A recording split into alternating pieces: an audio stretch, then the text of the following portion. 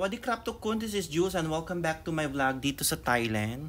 Yan, so ayun na nga guys, nandito tayo ngayon sa Krabi at ating pasyalan ang kanilang pinakasikat na Buddhist temple na Wat Mahatat Wat Chiramongkol o mas kilala sa tawag na Wat Bangthong. Ang temple na to ay may taas na 95 meters na sinasabing inspired by the Mahat Chedi Puthakaya in India at itinuturing na pinakamataas na pagoda dito sa southern Thailand. Guys, ito yung nasa loob ng Wat Bangthong.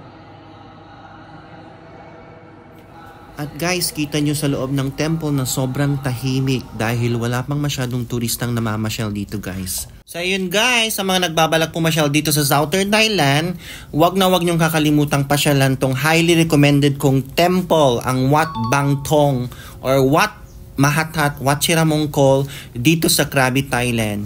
Bye!